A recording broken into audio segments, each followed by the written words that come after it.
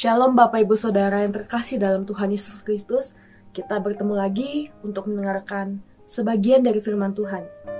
Mari sebelum kita memulai, kita akan bersama-sama memasuki dalam doa. Ya Bapa, ya Tuhan yang sungguh mengasihi kami, terima kasih atas kasih setiamu kepada kami ya Tuhan. Kami masih diberikan kesempatan yang baru, hari yang baru, bahkan anugerah untuk dapat berelasi dengan Engkau. Bahkan juga anugerah untuk masih dapat mendengarkan firman-Mu ya Bapa. Terima kasih Tuhan, ajarlah kami untuk semakin hari semakin serupa dengan Engkau, dan kami memakai waktu kesempatan ini untuk kami melakukan apa yang Engkau kehendaki untuk kami lakukan. Terima kasih Tuhan, hanya dalam nama Tuhan Yesus kami berdoa. Amin. Ya Bapak Ibu Saudara, renungan kita pada hari ini akan diambil dari 1 Yohanes 4 ayat 10. Saya akan bacakan untuk kita semua. Inilah kasih itu, bukan kita yang telah mengasihi Allah, tetapi Allah yang telah mengasihi kita dan yang telah mengutus anaknya sebagai pendamaian bagi dosa-dosa kita. Ya, sedemikian jauh pembacaan firman Tuhan pada hari ini. Saudara, seberapa sering kita mendengar frasa atau kalimat God loves you, atau God loves me, atau Tuhan Yesus sayang kamu? Saya pikir kayaknya kita semua udah sering banget mendengar tentang frasa itu ya.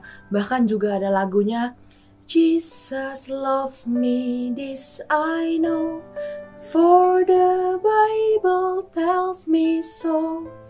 Ya Bapak Ibu Saudara, kita udah gak asing sama sekali untuk mendengarkan kata itu, God loves you. Kita juga baru saja merayakan Jumat Agung atau mengingat perayaan Paskah, yaitu kebangkitan Tuhan Yesus, dan itu sangat identik dengan kasih Tuhan kepada manusia Bapak Ibu Saudara. Bahkan Alkitab sendiri pun mengatakan bahwa kasih Tuhan kepada kita sudah jauh lebih dulu. Namun Bapak Ibu Saudara, jika kita sedang mengalami masalah atau problem yang membuat kita lelah, membuat kita jenuh dalam hidup ini, apakah tidak jarang kita bertanya, Tuhan di mana? Tuhan kemana? Kita berdoa pada Tuhan dan isi doanya adalah, Tuhan tolong bantu aku, Tuhan tolong tunjukkan kasih Tuhan kepada aku. Tuhan tolong ini itu, aku mau melihat kasih Tuhan. Saudara, ini perkataan tidak salah. Namun, bisa keliru karena suatu hal. Bahkan gak jarang juga ketika kita sedang dalam masalah, kita akan rajin berdoa, kita akan rajin baca Alkitab. Untuk apa? Untuk mencari kasih Tuhan itu dalam hidup kita. Saudara, sekali lagi saya katakan bahwa ini tidak salah. Justru ini yang Tuhan kehendaki. Namun, hal ini bisa saja keliru jika manusia itu terus-terusan mencari kasih Tuhan. Maksudnya apa? Manusia itu sebenarnya punya pola pikir yang agak keliru, yaitu manusia berusaha mencari kasih Tuhan terus menerus.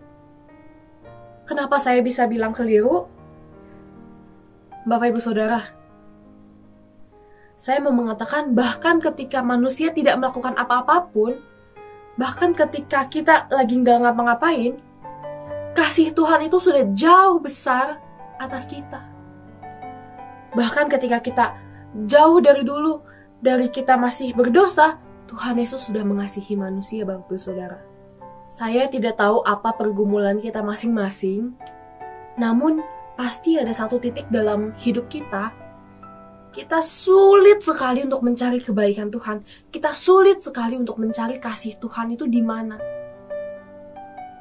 Kita lebih banyak mengandalkan diri sendiri, lebih banyak mengandalkan yang pasti-pasti aja deh. Bapak Ibu, saya pikir juga kita udah sering dengar tentang, coba kalian lihat hal-hal yang sederhana, itu adalah kasih Tuhan. Hal-hal yang sederhana contohnya nafas, makan, minum. Namun jika dalam kondisi tertentu, jika dalam kondisi yang sedang banyak masalah, apakah kita masih bisa melihat hal itu sebagai kasih Tuhan? Bukannya dalam hati, jujur, lebih baik mati. Pasti ada yang pernah terpikir seperti itu, Bapak Ibu Saudara. Sulit sekali untuk melihat kasih Tuhan dalam kehidupan kita jika kita sedang dalam kondisi atau masalah tertentu. Tapi pada hari ini kita sama-sama diingatkan bahwa semua yang kita lakukan dalam kehidupan ini merupakan wujud kasih Tuhan yang nyata dalam kehidupan kita, Bapak Ibu Saudara. Contoh sederhananya, seperti doa awal yang tadi saya ucapkan, doa buka sebelum renungan ini, saya berdoa terima kasih untuk kesempatan yang telah Tuhan berikan untuk kami bisa dapat mendengarkan renungan, mendengarkan firman Tuhan. Bapak Ibu Saudara, hal-hal yang kita sering anggap sepele atau hal-hal yang sering kita anggap sederhana, contoh kecilnya juga hal berdoa. Berdoa kita bisa di mana saja, bisa lagi nyetir kita berdoa, kita sambil berdoa, kita sambil melek. Bapak Ibu, apakah kita tahu bahwa sebenarnya Tuhan rela mengorbankan nyawanya demi manusia bisa berdoa? Tuhan rela mengorbankan nyawanya demi manusia bisa berelasi dengan Tuhan. Tuhan rela mengorbankan nyawanya demi manusia bisa membaca, merenungkan firman Tuhan. Jadi pada intinya hal yang sering manusia anggap sepele atau hal yang sering manusia lewatkan atau terlupakan, sebenarnya di dalam situ gak ada yang sepele, Bapak Ibu Saudara. Gak ada yang sederhana. Karena apa? Karena Tuhan rela mengorbankan nyawanya. Di situ ada kasih Tuhan yang sangat besar kepada manusia, Bapak Ibu Saudara. Saya akan bacakan Lukas 12 ayat 6 sampai 7. Bukankah burung pipit dijual 5 ekor 2 duit? Sungguh pun demikian, tidak seekor pun daripadanya yang dilupakan Allah. Bahkan rambut kepalamu pun terhitung semuanya. Karena itu janganlah takut, karena kamu lebih berharga daripada banyak burung pipit. Bapak Ibu Saudara, di sini diberikan perumpamaan tentang rambut. Contoh hal sederhananya rambut ya Bapak Ibu Saudara.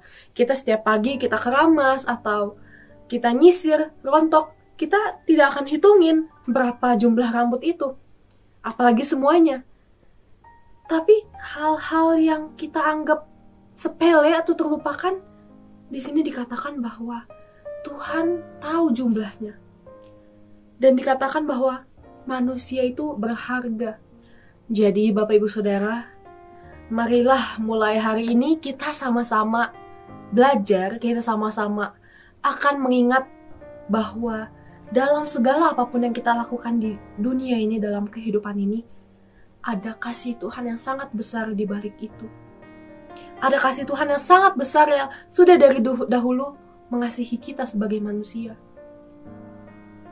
Marilah kita memaknai kasih itu, marilah kita memaknai segala aktivitas kita.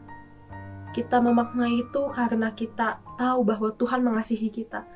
Dan apapun yang kita lakukan, biarlah itu menjadi respon kasih kita juga kepada Tuhan. Bapak Ibu Saudara, mari kita bersatu dalam doa. Terima kasih Tuhan, terima kasih banyak untuk firman-Mu pada hari ini yang sama-sama mengingatkan kami bahwa Engkau sungguh-sungguh mengasihi kami. Ampuni kami Tuhan jika kami masih seringkali melupakan atau tidak memaknai kasih-Mu. Ampuni kami jika kami masih sering menyepelekan atau melewatkan hal-hal yang kami anggap tidak penting. Padahal Engkau rela mengorbankan nyawa-Mu demi kami. Bapa, ampuni kami ya Bapa. Tolonglah kami, pekakanlah kami, tuntun kami dalam Roh Kudus, agar kami semakin serupa dan segambar dengan Engkau.